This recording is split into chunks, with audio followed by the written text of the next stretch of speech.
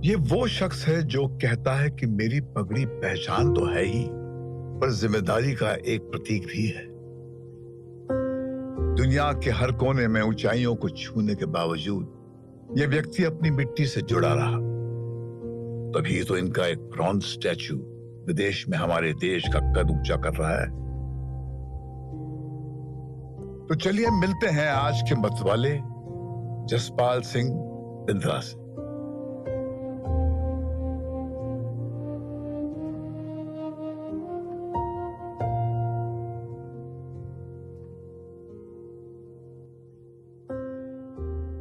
जरूरी नहीं जो खरे सोने सा है वो हमेशा चमके भी।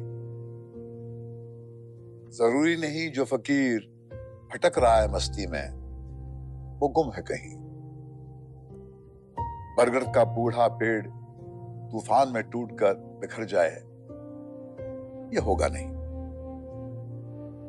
और वक्त का दीमक विश्वास की गहरी जड़ों को खोखला कर पाएगा नहीं।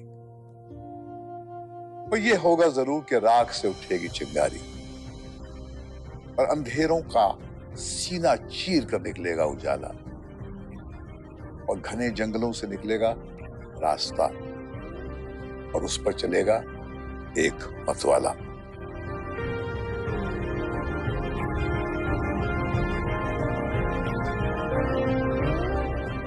जसपाल जी एक बहुत ही प्रसिद्ध फिलोसोफर रहे हैं 20th सेंचुरी के, बर्ट्रैंड रसल। उन्होंने एक बात कही थी जो मेरे दिल में न जाने क्यों रह गई। वो कहते थे कि किसी को बहुत करीब से जानना हो तो उसकी ट्रेजेडी की तरफ ध्यान दो।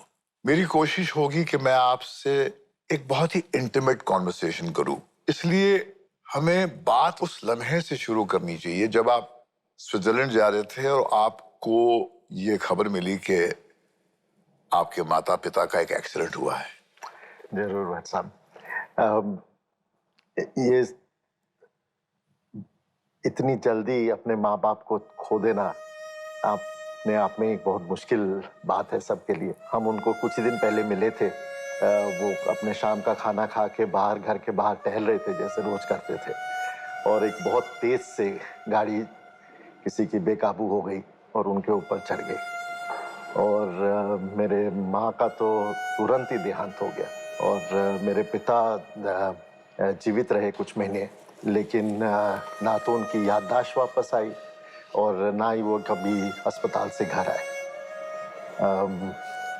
तो शुरू में तो हिम्मत ही टूट गई थी, हौसला छूट गया था, लेकिन फिर एक उनकी जल्दी जाने से एक प्रेरणा भी आई कि जिंदगी का क्या भरोसा है, कुछ करना है, अच्छा करना है, बड़ा करना है जिंदगी में, जो कि मेरे माँ बाप को गर्व हो। तो उसी चेष्टा से शुरू किया सब अपना काम, और जैसे वो कहानी थोड़ी थोड़ी सच आती गई, ये अफसोस रहा कि वो हमारे साथ नहीं। ये देखने के लिए मेरे पत्नी का बहुत बड़ा हाथ रहा, वो मेरा सबसे बड़ा सहारा था इस समय में संभालने के लिए मुझे, और उनके पूरे परिवार का बहुत मैं आभारी हूँ, क्योंकि उन्होंने इतना प्यार दिया कि मुझे अनाथ होने से, महसूस करने से बचा लिया। तो आप उस वक्त वहीं थे, उनके आसपास थे कि कहीं और थे? नहीं, हम लोग तब सिंगापुर में पोस्टेड थे, तो पर वहां से आप स्विट्जरलैंड जा रहे थे? हाँ जी। तो उनके ये हादसे के 1 महीना पहले ही मेरे छोटे भाई की शादी हुई थी, तो हम लोगों ने बहुत समय साथ गुजारा था चंडीगढ़ में। वैसे भी हम लोग का बहुत मिलना जुलना था। तो माताजी के अंतिम संस्कार में आप मौजूद थे? बिल्कुल नहीं, उसके बाद तो फिर पूरा अस्पताल में जितने टाइम रहे। सुना कि आप फिर उसके बाद में एक अजीब चौंका देने वाला काम करते थे। आपने अपने पिताजी को ये इल्म होने ही नहीं दिया कि माताजी नहीं रही, और फिर आप पत्र लिखते थे अपनी माताजी के तरफ से अपने पिताजी को। तो उनकी याददाश्त चली गई थी ये एक्सीडेंट में, उनको कि वो उनका पूरा नर्वस सिस्टम जैम हो गया था एक्सीडेंट से। तो डॉक्टर ने यही बोला था कि अभी इनको और कोई बुरी खबर थोड़ी देर नहीं दें जब तक ये रिकवरी नहीं हो। तो वो माँ की बात भी उन्होंने छुपाने के लिए कहा, पर वो बार बार पूछते थे हमसे कि मम्मी, उनको इतना पता था कि एक्सीडेंट हुआ है, हम लोग को भी पहचानते थे, पर वो शॉर्ट टर्म मेमोरी लॉस हो गया था उनका, तो जो अक्सर होता है बोलते हैं डॉक्टर लोग। तो हम उनको यही बोलते थे कि मम्मी को भी बहुत चोट आई है, पर वो घर पे है, वो इस काबिल नहीं है कि हॉस्पिटल तक आ सके, अभी उनका इलाज चल रहा है, वो जब ठीक हो जाएंगे तो वो भी आएंगे। तो फिर बीच बीच में वो जब ज्यादा याद करते थे तो फिर हम उनके भाषा में जैसे वो बात ये करते थे।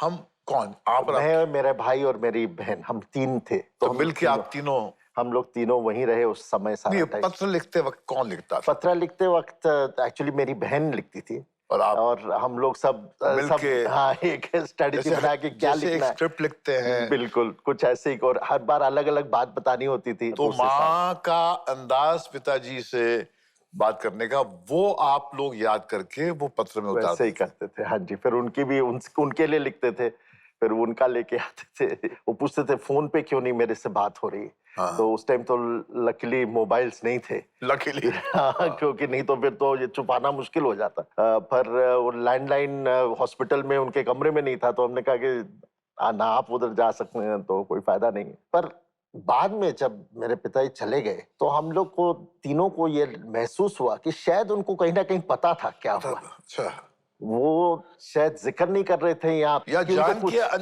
नहीं जानना चाहते थे, जान के नहीं जानना चाहते थे। उनको बहुत दुख होता कि कहीं कंफर्म नहीं हो कि जाए। मैं बच गया, वो नहीं बची, कुछ ऐसा, मतलब उनको लगा। कुछ कुछ बातें उन्होंने ऐसी कह दी कि जैसे हम लोग को लगा कि क्या शायद कह उनको पता हो। क्या कह दी? और मतलब कई बार कह देते तेरी माँ होती तो मेरा मतलब यहाँ होती तो, मतलब करेक्ट कर लेते अपने आप को, क्योंकि हम लोग बोलते थे माँ तो है ही है ना घर में, क्या तो आप क्या क्यों ऐसा क्यों? हैंडराइटिंग देखकर वो समझते नहीं थे कि हैंडराइटिंग? हैंडराइटिंग मेरी मम्मी की जो हैंडराइटिंग थी वो काफी इजी थी। हम हाँ। लोग ने स्कूल में भी कई बार कॉपी किया था अपने फायदे के लिए। तो उनकी हैंडराइटिंग हम लोग सब बच्चे लोग कर सकते, उनका सिग्नेचर भी हम लोग सब कर लेते थे। कार्ड्स ही हम लोग अच्छे अच्छे लेके आते थे जिसमें मैसेज हो, थोड़ा प्यार का मैसेज हो, इमोशनल मैसेज हो। आज इस वक्त यहाँ पर जब आप बैठकर उस लम्हे को जीते हैं तो आपको क्या महसूस होता है? कमी महसूस होती है, वो कमी तो कभी पूरी नहीं हो सकती। उन्होंने हम लोग को शिक्षा देने का बहुत ज्यादातर इंडियन फैमिलीज में होता ही है, पर हमारे में थोड़ी तकलीफ ही लेनी पड़ी क्योंकि हमारे छोटे छोटे डिस्ट्रिक्ट्स में पोस्टिंग होती थी मेरे फादर की, वहाँ स्कूल नहीं होता था, तो हम लोग सब बोर्डिंग स्कूल गए। उस टाइम में बहुत एक्सपेंसिव थे, ये दार्जिलिंग में हम लोग सब पढ़े। तो पर वो कहते थे नहीं, और कुछ कर सकूं नहीं कर सकूं, पढ़ा के जरूर अच्छा पढ़ाई करनी है आप। कहते हैं जंगल में जब आग लगती है तो जंगल जलता है, मगर जंगल में जब चंदन का पेड़ जलता है तो खुशबू उसकी जो है दुनिया महसूस करती है। वो आग चंदन को अपने वजूद का एहसास दिलाता है।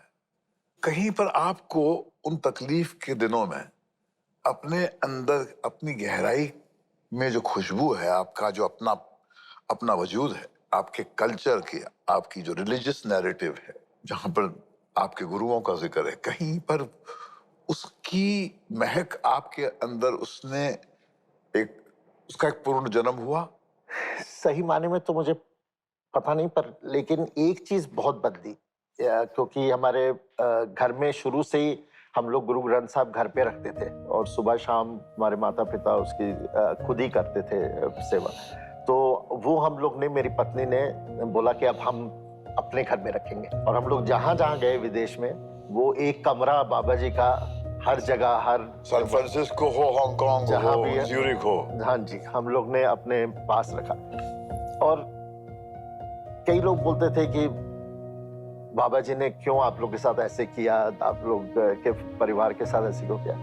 पर हमको लगता था कि नहीं, बाबा जी में विश्वास और बढ़ गया हमारा, क्योंकि पहले थोड़ी उम्र भी कम थी तो उतना ध्यान नहीं था उस तरफ। उनका जो हमने जो जिंदगी देखी, जो वैल्यू सिस्टम, जो कर्म देखे, उससे हमको लगा कि ये इनको शक्ति बाबा जी से आती होगी। और वो जब से घर आए, दो चीजें होगी, एक तो हम लोग को डर लगना बंद हो गया, और एक सुबह जहां भी निकलना काम से, माथा टेक के पाठ करके, तो एक हिम्मत आ गई कि कुछ भी हो सकता है, कि हमको खाली बाबा जी से डरना है और कोई नहीं है। बॉस है, बड़ा कस्टमर है, कोई बड़ा पैसे वाला है, तो वो थोड़ा सा एक हम लोग का एक हो गया, और अभी भी वैसे ही चल रहा है। बचपन की जब आपको याद आती है तो कुछ आवाजें आती होंगी, बर्तन की आवाज, माँ के चूड़ियों की आवाज, कहीं पर पिताजी और माताजी के बीच में अनबन। सुना है कि जब वो नक्सलाइट के ऑपरेशन के लिए जाते थे तो माताजी काफी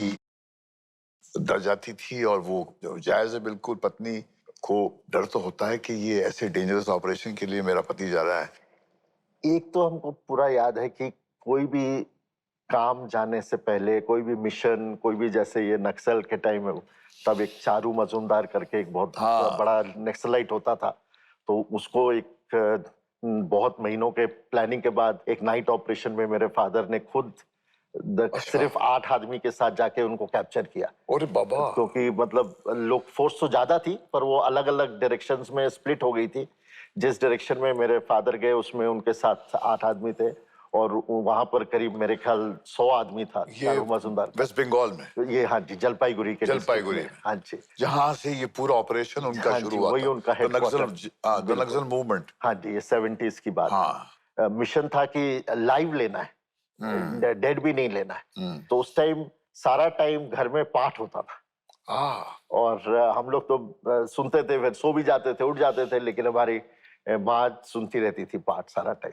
फिर जब वापस आते थे तो फिर तब जाके जान में जान आती थी तब उनके के। मतलब वो करते थे जब भी ऐसा होता था। और मेरी मदर का एक बहुत सीख हमको देती रहती थी, मुझे और मेरे भाई को खास करके, दोनों को, कि लड़कियों की, औरतों की बहुत रिस्पेक्ट करनी चाहिए।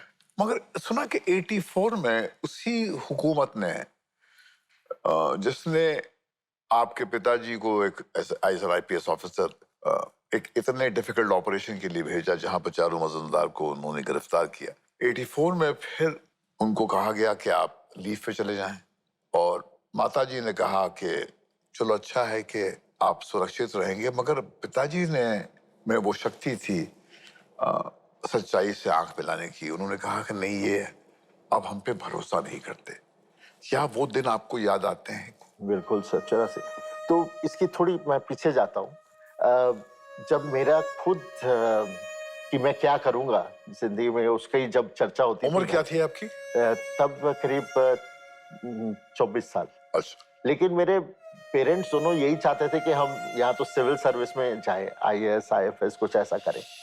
और मुझे लगता था कि इसमें बहुत पॉलिटिकल है। किसी तरह मेरे फादर तो अच्छी तरह निकल गए, पर जब मैं दूसरों की देखता था, उनके बैचमेट्स के देखता था, उनके बच्चों से दोस्ती थी हमारी, तो सुनते थे कि ये पॉलिटिकल रीजन के लिए इधर पोस्टिंग हो गई, किसी के प्रमोशन भी गलत रीजन के लिए हो गया, ऐसा ऐसा। तो हम उतना मन नहीं था कि ये करने के लिए। और ये जब 84 में हुआ तो तब तो एकदम ही मुझे कंफर्म हो गया कि ये तो अच्छा किया कि मैंने कॉर्पोरेट वर्ल्ड, प्राइवेट सेक्टर में किया, यहाँ नहीं गए। क्योंकि क्या हुआ कि जब 84 राइट्स का अनाउंसमेंट हुआ, और वेस्ट बंगाल में उस टाइम में 2-3 सीनियर सिख ऑफिसर्स थे। मेरे फादर उनमें से सीनियर मोस्ट थे, पर हम लोग सब कलकत्ते में ही पोस्टेड थे। उनका क्या रैंक था? वो डीआईजी थे तब। यही होगा। हाँ, हाँ जी।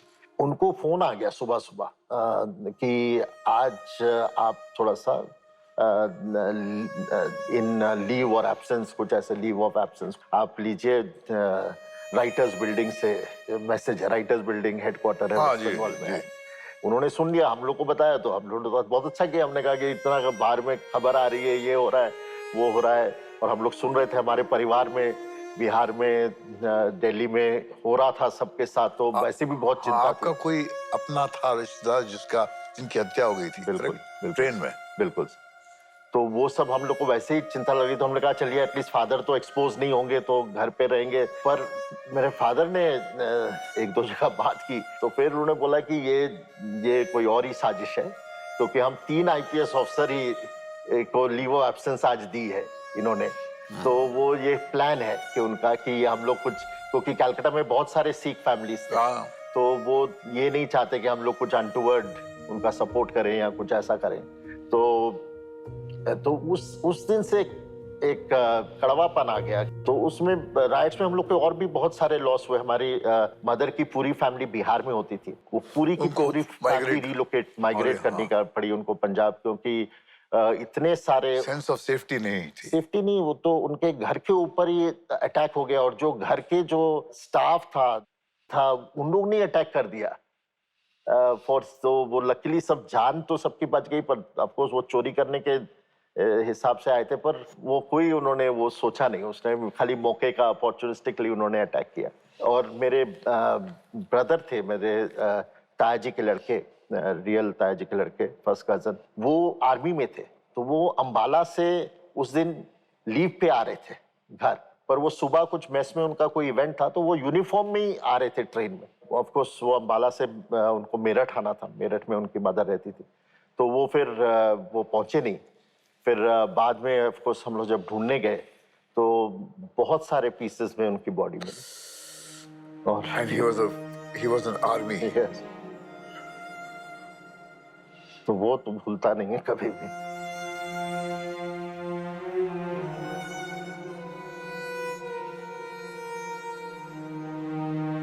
भूलना चाहिए भी नहीं, क्योंकि ये घाव या तो आपको सबसे अलग करते हैं या ये घाव आपको सबसे जोड़ते हैं। आपके केस में इतनी तकलीफ के बावजूद आपने लोगों को अपने साथ जोड़ा है। आपके अंदर वो कड़वाहट मैं महसूस ही नहीं कर रहा हूं। इतनी तकलीफ झेलने के बाद भी आप आज भी लोगों की जिंदगियों से जुड़ते हैं और उसमें रोशनी लाते हैं। ये आप की फेथ की, आपकी वैल्यू सिस्टम की देर है आपको। पिताजी खफा बहुत हुए थे कि उदास बहुत हो गए जब उनको कहा गया कि बस आप गो ऑन लीव, और जब उनको समझ में आ गई बात ये कि दिस इज बीइंग डन, क्योंकि हम पे एतबार चला गया इनका। तो मेरे ख्याल शुरू में तो गुस्से हो गए थे, और अपने आप से गुस्से हो गए थे। मैं क्यों नहीं, मुझे चले जाना चाहिए था, मुझे बगावत करनी चाहिए थी, मतलब ऐसे टाइप का गुस्सा हो गया था। मतलब मेरे मदर ने मोस्टली उनको उसमें संभाला, पर बाद में उनको ये लगा कि इसमें भी कुछ मतलब भलाई होगा। आप 24 साल के थे, हाँ जी। आपको क्या लगा? पहले नहीं लगा कि जो वो बोल रहे हैं शायद ठीक हो, और बाद में बहुत सारी बातें भी उनसे, तो उन्होंने बोला कि हमने तो प्रोटेक्शन के लिए किया था, कि क्योंकि सर्विस का भी, लोगों का भी कुछ भरोसा नहीं है। सुना है कि आप को कहा गया था किसी फ्लाइट पे को आप बोर्ड कर रहे थे, कोई मुस्लिम फैमिली आई और उन्होंने कहा कि हमारी बिटिया जा रही है फ्लाइट पे, जरा हम जरा चिंतित है, तो जरा आप सरदार साहब ध्यान रखना, जरा उसका जिक्र कीजिए। तो ये बहुत साल पहले की बात है। तो मैं एयरपोर्ट पहुंचा, ये 9/11 के पहले की बात है, जबकि जो साथी संबंधी छोड़ने आते थे तो वो चेक इन तक छोड़ के जा सकते थे। जी। तो मैं चेक इन कर रहा था अपनी फ्लाइट में, तो एक कपल आया मेरे पास, उन्होंने बोला कि हमारी बच्ची पहली बार मुंबई में जी। हमारी बच्ची पहली बार विदेश जा रही है, आप थोड़ा ध्यान रख लेंगे प्लीज। वो आगे में कोई वहां लेने आया होगा उनको, लेकिन रास्ते में कुछ, या अगर कोई नहीं पहुंचा वहां तो कुछ थोड़ा ध्यान। तो मैंने कहा जरूर। फ्लाइट के दौरान मैं गया बच्ची से मिलने, तो कितने साल की बच्ची थी? बच्ची कॉलेज जा रही थी पहली बार, मतलब तो 18-20 साल की। हाँ। तो उससे बातचीत की 10 मिनट। उसने पहले नाम बताया तो मुझे पता चला कि क्या नाम? मुस्लिम फैमिली है। क्या नाम था? शाहीन फर्स्ट नेम था। मेरी बच्ची का नाम भी शाहीन ही है। अच्छा। तो उसने नाम बताया तो तब समझ आया कि मुस्लिम फैमिली की, नहीं तो उनको देखकर तो मुझे पता नहीं था। फिर उसने मुझे बोला कि हम लोग 2 घंटे पहले चेक इन कर चुके थे और हम यही वेट कर रहे थे कि कोई लाइन में आए, सरदार जी लाइन में आए, ताकि हम उनको जिम्मेदारी सौंप सकें मेरे पेरेंट्स को। तो तब से मुझे महसूस हुआ कि ये पगड़ी पहनने की एक जिम्मेदारी भी है। एक तो अपनी पहचान है, पर दूसरी एक जिम्मेदारी भी है। तो वो मुझे जब सुना तो उसी टाइप आंसू आ गए थोड़े। फिर मैं खैर उसको देख के, फिर उसको वो जब पहुंची तो अपने तो ठिकाने पे लगा के फिर चल के। बड़ी एक छोटी सी वाक़यात थी, तो उससे समझ आया थोड़ा। बहुत बड़ी खुशी। मुझे भी बचपन में जब शाम होती थी, मैं अपनी माँ के साथ अकेला रहता था, बाप तो था ही नहीं हमारा, तो वो कहती थी बेटा कोई टैक्सी वाला ढूंढ ले, मगर सरदार होना चाहिए, सरदारी पहुंचाएगा अपने वो घर। राइट। तो ये जो बात आप कह रहे हैं, राइट। ये पगड़ी की जिम्मेदारियां बहुत है। आपकी पहचान ये पगड़ी है मगर उस पहचान के साथ में ये है कि ये कुदरत ने आपके कंधों पे बहुत बड़ी जिम्मेदारी दी है, और वो जिम्मेदारी ही है जिसकी वजह से ये कोविड के माहौल में जिस तरह से सिख निकले दुनिया भर में, ये तो कहीं पर आपके मजहब की पाकीज़गी है। वो जो वॉरियर्स पैदा हुए हैं वो उस नदी से घूंट पीकर ही निकले हैं, जो जिसका तेज आपके चेहरे पे है। आपकी नजर कोट अनकोट चैरिटी, दान की तरफ पूरी तरह शायद उस वक्त गई जब आपने अपने बैंक में देखा कि आपके बैंक का एक रेवेन्यू स्ट्रीम था जो वो डाइवर्ट करते थे लोगों को की मदद करने के लिए। तो एक स्टैंडर्ड चार्टर्ड बैंक जहां मैंने 17 साल काम किया, तो उनका एक स्कीम था seeing is believing. Seeing is believing. तो वो क्या करते थे कि कैटरैक्ट ऑपरेशन करते थे बच्चों के, बड़ों के, जिन्होंने या तो बर्थ से ब्लाइंड हो या छोटी उम्र में, जल्दी उम्र में ब्लाइंड हो गए हो। और ये पूरे ऑपरेशन का दाम सिर्फ $35-40 होता है, और इस $35-40 के लिए वो सारी उम्र नहीं देख सकते। तो उन्होंने एक ठाना था कि हम लोग ने 1 मिलियन 10 लाख लोगों को ये आईसाइट रिस्टोर करनी है। अच्छा। तो जब ये स्टार्ट हुआ, इनॉग्रल स्टार्ट हुआ, तो ढाका में पहली बार हम लोग ने किया। वहाँ हमने देखा कि 5 बच्चों का इलाज हो रहा है। कईयों ने बर्थ से कभी कुछ देखा नहीं था, और किन्हों ने with in few months of birth या कोई गलत पानी या कुछ गलत दवाई करके उनकी आईसाइट चली गई थी। तो जब उनकी पट्टी खुली तो रोंगटे खड़े हो गए, क्योंकि किसी ने बोला कि किसी ने अपनी माँ को पहली बार देखा, किसी ने रंग देख के हैरान हो रहा था कि रंग भी होते हैं। उसने तो काला ही देखा था सर, रंग भी होते हैं। रंग भी होते हैं। किसी ने कहा कि ये लाइट जो है ये कब तक रहेगी। उसको ये विश्वास नहीं था कि अब यही जिंदगी है, मतलब अब दिखता ही रहेगा, ये कब तक रहेगी। दिखता ही रहेगा। हाँ। बट एक लगा कि ये क्या $35-40 ऐसे ही लोग कॉफी पीने में, केक खाने में खर्चा कर देते हैं हम लोग। तो इससे कितना एक जिंदगी को पूरा फर्क पड़ जाता है, पूरी जिंदगी के लिए। उससे फिर लगा कि ये खाली एक तो हमारे सिक्खी में है ही है कि दसवंत हमको बांटना है। वो तो खैर हमारे पेरेंट्स भी करते थे, हम लोग भी करते थे, बट कुछ ऐसे तरीके से करना है ताकि कुछ फर्क पड़े लोग। वो सीख यहाँ से मिली।